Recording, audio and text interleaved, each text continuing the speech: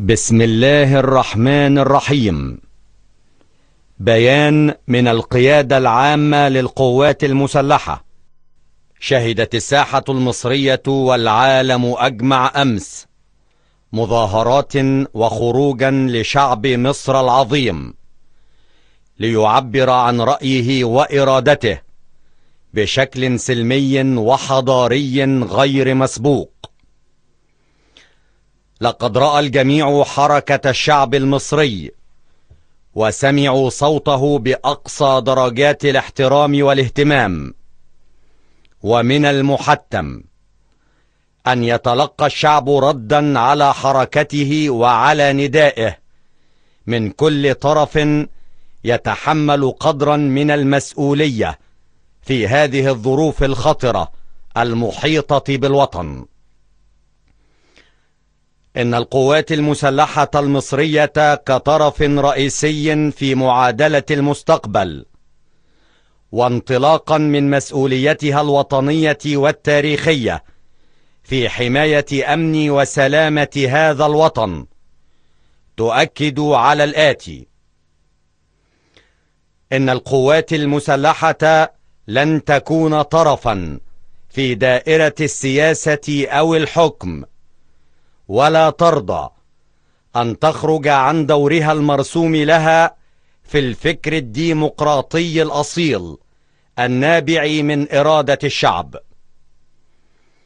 إن الأمن القومي للدولة معرض لخطر شديد إزاء التطورات التي تشهدها البلاد، وهو يلقي علينا بمسؤوليات كل حسب موقعه للتعامل بما يليق من أجل درء هذه المخاطر.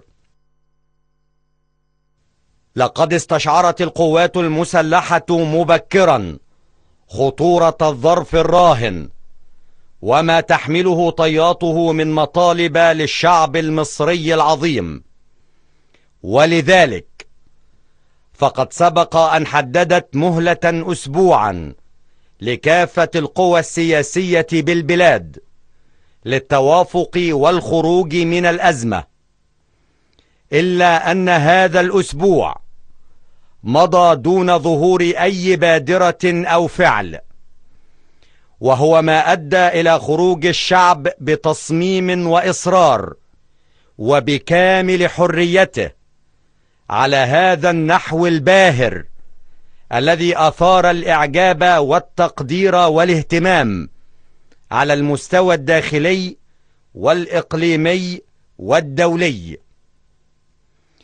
إن ضياع مزيد من الوقت لن يحقق إلا مزيدا من الانقسام والتصارع الذي حذرنا ولا زلنا نحذر منه.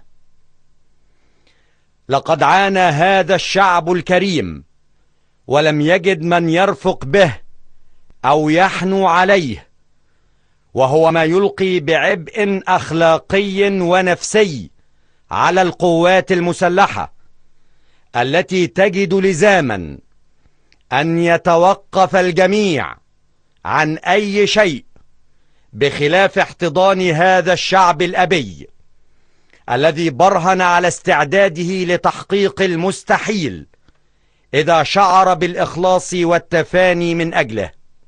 إن القوات المسلحة تعيد وتكرر الدعوة لتلبية مطالب الشعب، وتمهل الجميع 48 ساعة كفرصة أخيرة لتحمل أعباء الظرف التاريخي الذي يمر به الوطن، الذي لن يتسامح أو يغفر لأي قوى تقصر في تحمل مسؤولياتها.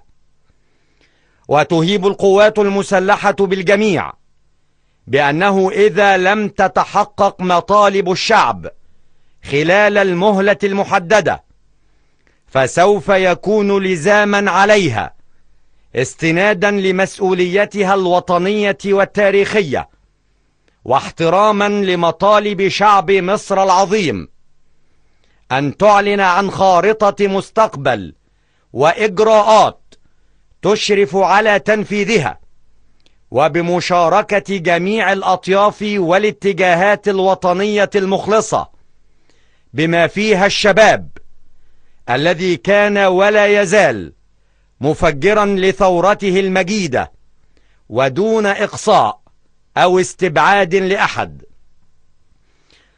تحية تقدير وإعزاز إلى رجال القوات المسلحة المخلصين الأوفياء الذين كانوا ولا يزالون متحملين مسؤوليتهم الوطنية تجاه شعب مصر العظيم بكل عزيمة وإصرار وفخر واعتزاز.